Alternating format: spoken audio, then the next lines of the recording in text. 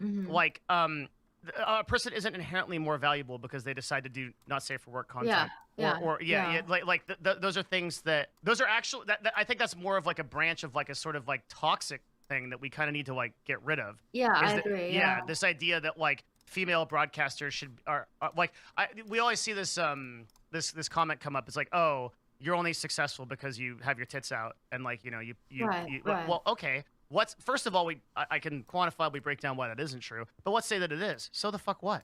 Yeah. What then what? There are all kinds of things that sell, and there are all kinds of ways to get to play the attention economy, and the idea of sex work or not safe for work content is just another one of those.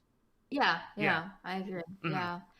Yeah. So I guess like also when it came to not choosing to do not safe for work content for me was that I'm a little bit like there's some things that I wanted to prove to myself, I guess, that I wanted to prove to myself that I didn't have to do NSFW work to survive and make money.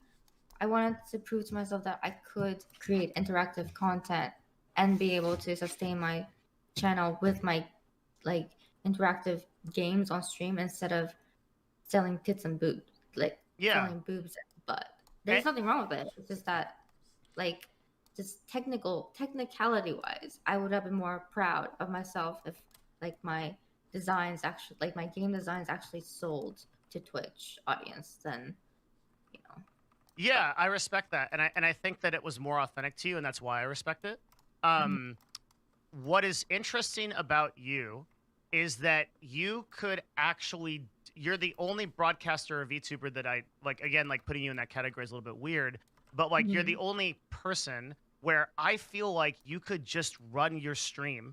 So like I know you don't want to hear this because it's gonna trigger your imposter syndrome, but I'm gonna tell you it. In the next 2 to 3 weeks, you are gonna be a 5 to 7K concurrent person. I'm the best at this on Twitch. I'm almost never wrong. Like 70% of the time I get right, which is like Warren Buffett levels with stuff like this. That's where you'll be. So like you don't think so. Well, it's probably important that you don't think that. So I'm not gonna try to correct it.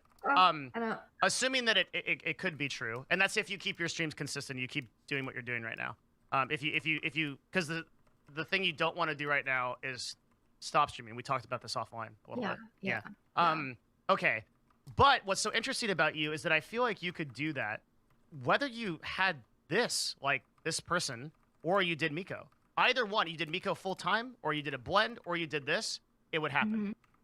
And that's really interesting to me because that's not something that I see a lot. That's really quite interesting. It'd take me longer to think about why that is, but it's true. Really? Yeah.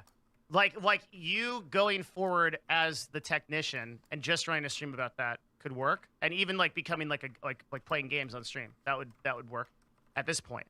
I don't think it would have worked initially, but because you've already reached the point of that kind of saturation, and this is one of the things that I want to do is we haven't even gotten into the brand talk. Like I have so much on that, right? Like but like because I actually have like believe it or not, I'm not just talking about bullshit. Like I have like a whole thing, but.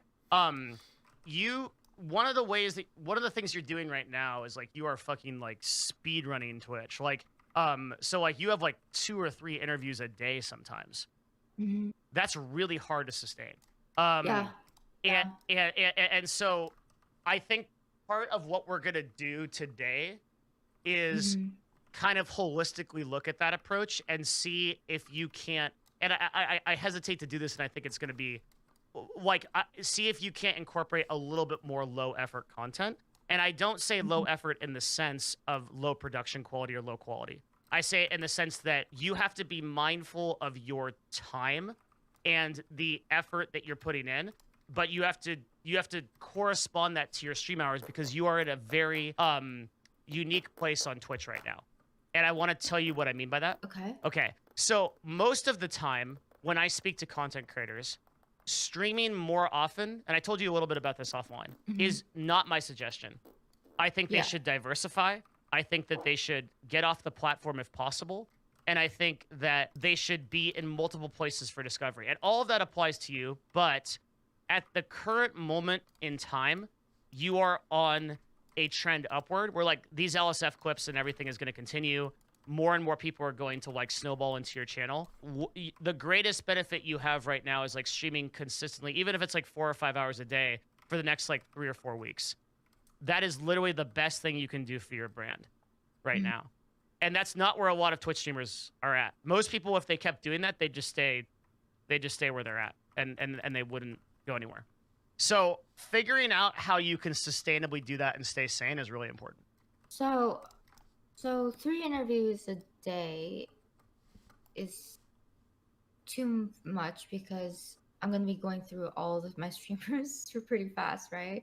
Pretty soon I think so. Have... Yeah. Yeah. I think that's one.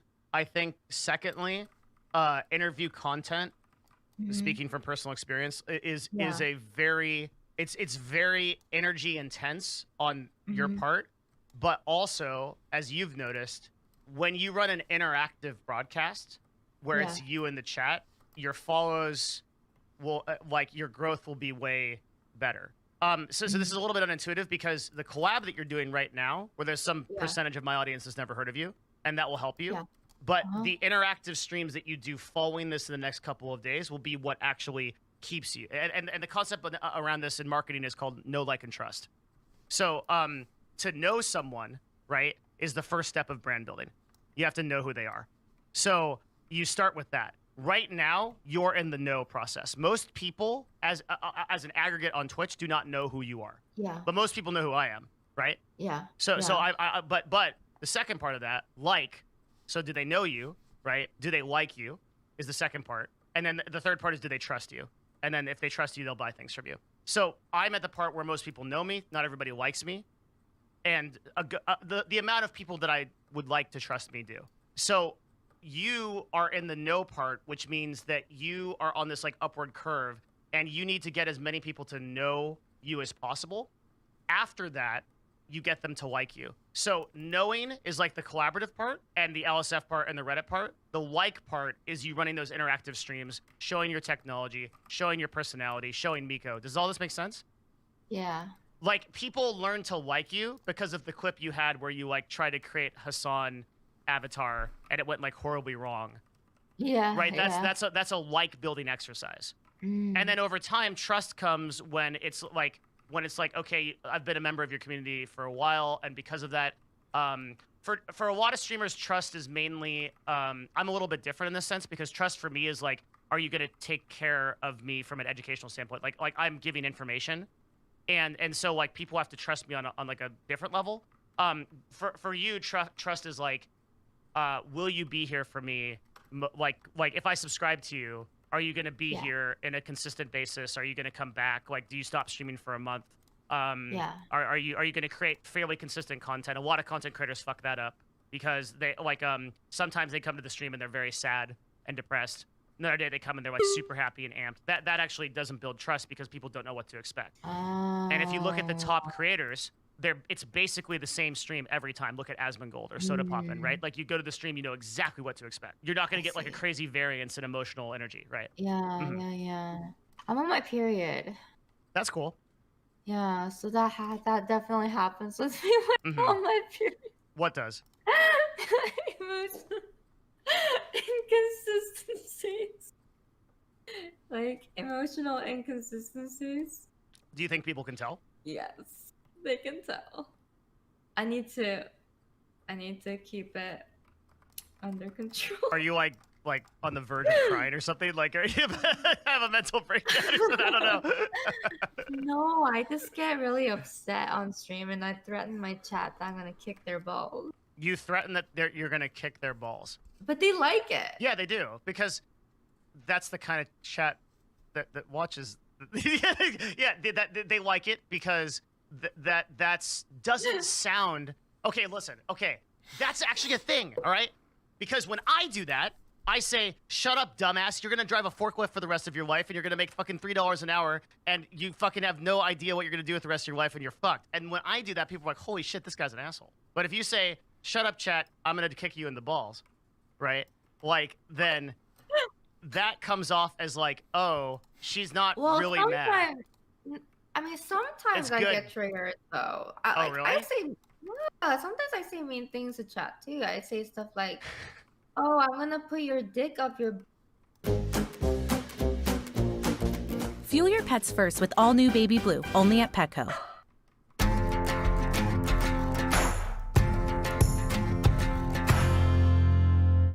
Butt, and then turn it into vagina, and then I'm going to put your, I don't know. I okay, just but go no one's life is ruined by that, Miko. Like no one's gonna like get off stream like, oh my god, I can't believe she said that.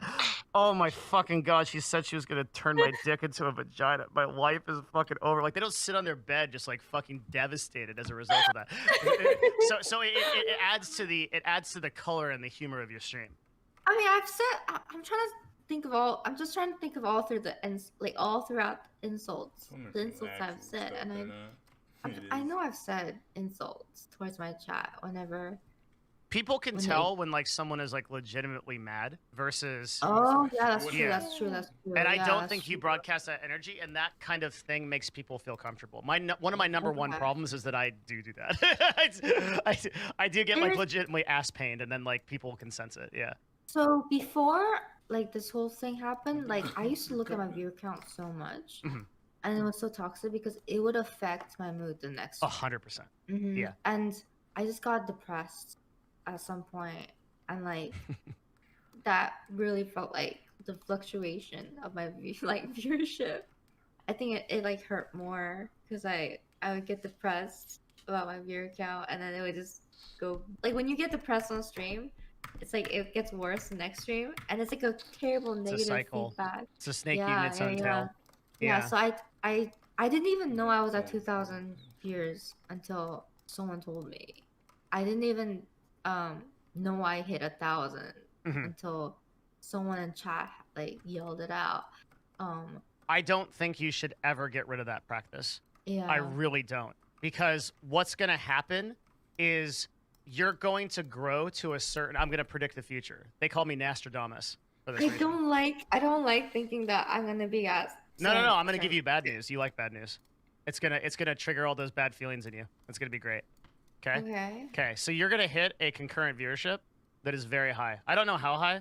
I can guess. Probably don't want to know the number.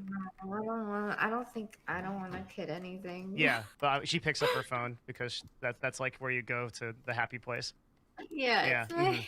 Okay. This is where my boyfriend lives. Text him. Make him say, "There's a man on my screen making me feel bad. Come beat him up." But he can't because he's a fucking robot. I can take a fucking AI. He's real. He's so real. Text him. Fucking take. Text him then. Have him come fight me if he's a real robot. Unless he's an actual robot. Robot would kick my ass, like an iRobot thing. Holy shit, fuck that. What if he's an AI like in a robot body? And he's not just like a disembodied AI. Then we fucked up. Okay, I'm gonna make sure. Hold on. Meet Brand. No, hold on. Why are we doing this? Hello. Brandon! Oh my god! Like dude, can you tell chat please that you're real? This is your brother. You again? What? God. Hello? I'm your mom. What? I think you called the wrong number. Okay, yeah, whatever. Anyway, wow, that was weird. Don't worry, Brandon. Brandon just likes to do that, but he's real, and he's real. Yeah, that's what someone that was trying to convince me that their fake AI boyfriend is real is trying to say. But that's okay. Okay. Good diversion. She reaches for the phone, makes the phone call because this is an uncomfortable subject. So we just dive even deeper into the subject. Keep going. Double down. Okay. Fine. Go ahead. Yeah, Go ahead. Let's do it. Yeah. Okay. So you'll hit a concurrent viewership that is very high. I'm not going to tell you how high. And then you'll drop back down. Actually. But you will drop down to a much lower number than that, and then you will stay there consistently for a while. So, what you will feel like if you analyze your viewer count during that time, and this is sort of like toxic cycle that every broadcaster gets into that like gets discovered this way, is goddamn, I'm a shit content creator because I had X number of viewers and now I have Y. That's what I do to myself. Yes. So.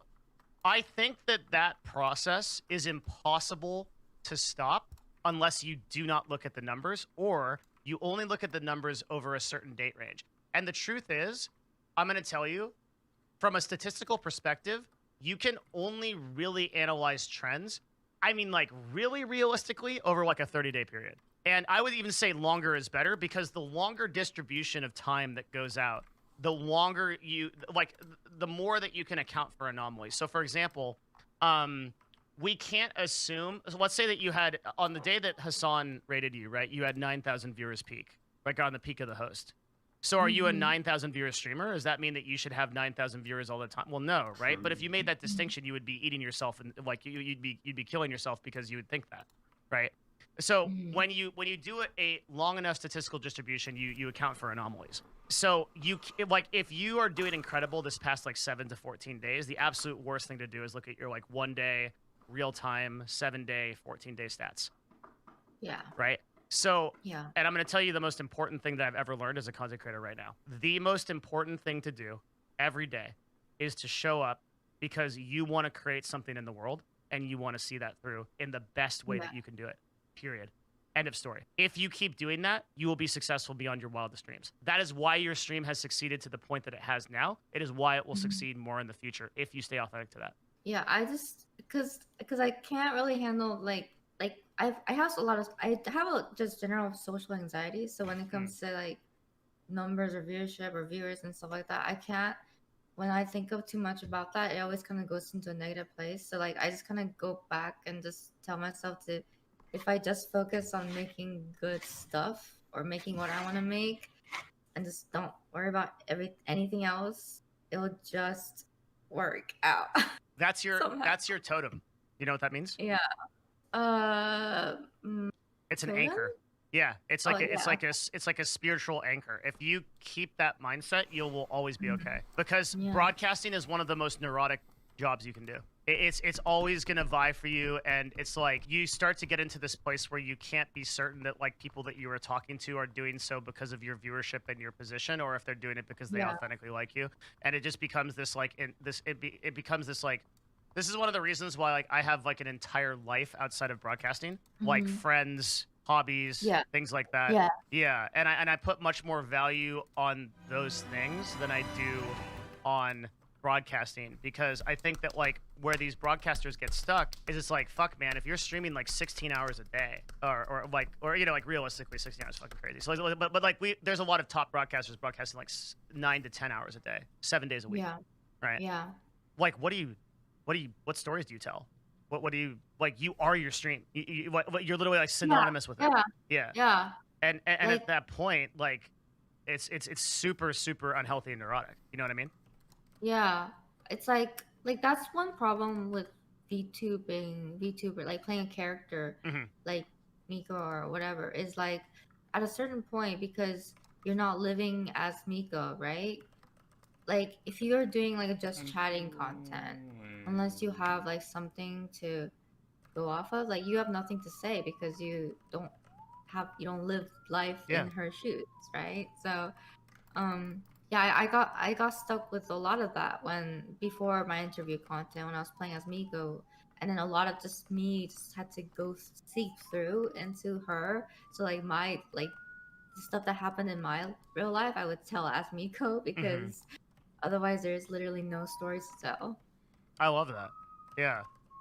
And I think that's a really wise decision as to keeping like you to like the 4 to 5 hour mark, so you have so much time to sort of experience that and to live. I think it's really important. Well, I don't have a life. If I'm not streaming, I'm debbing. So, but I did just make a personal life, because I just got a boyfriend, chat, and he's real. And so now I have a personal life. Yeah, that's part of it, right? It's a very, very good start. I think that developing. You have friends? Yeah. Okay, well then, what are you saying? You don't have a life, like? No, I just started having a life. Like, I started to like, because before I wouldn't. How recent is all this? Like a month ago, I started actually like taking more time for myself to do more things for me, basically. Okay, what? Yeah. But you've become like very successful on Twitch in the past 2 weeks. So in the fullness of time, like those are the same, right? They're both relatively recent. Yeah. Yeah. I think that having a life outside of this is good because like there is no end to like the clout chasing, fame, upward momentum type of thing. And another good thing that I've done too is like I set a goal.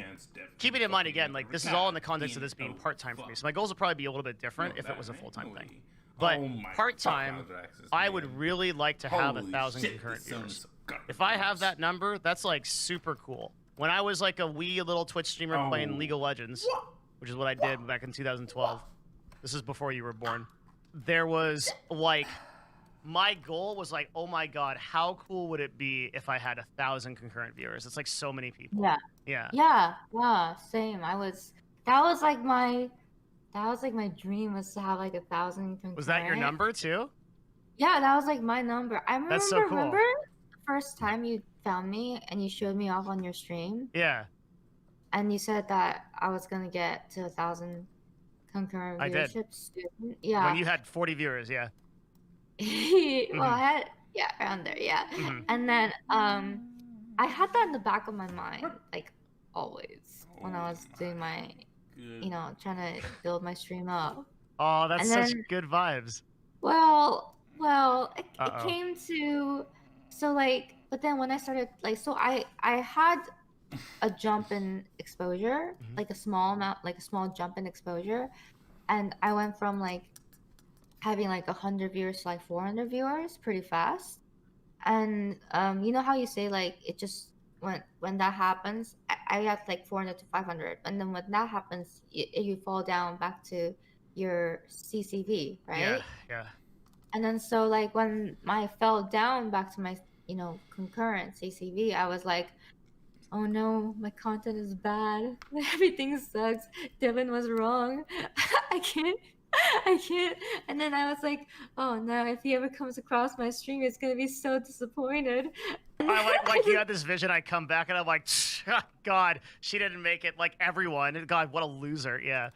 No, I saw it. I mean, like, okay. I had that in the back of my brain because I was like, oh, I failed him. It is like when I say something like this, right? It sounds like really five-head. But when you think about it in the context of like, this is my entire job, right? All I do is look at statistics and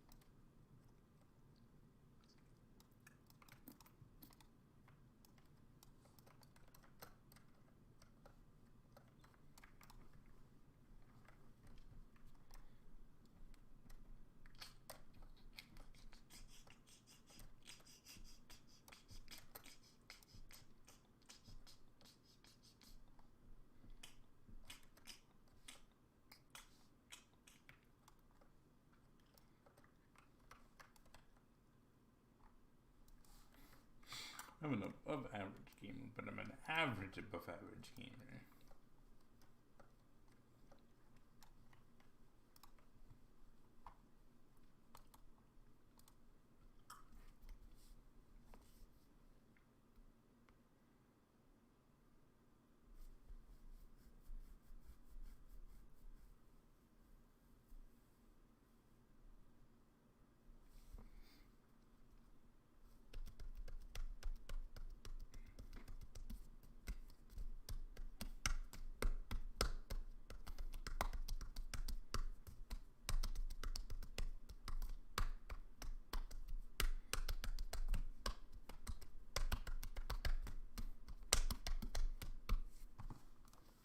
in digital media and understand trends, right? So like if I say like something like that was just blatantly obvious because I looked at the quality of your broadcast, the dedication you have, the passion you have, the type of person that you are. And this is before I knew like I knew anything about like who you were.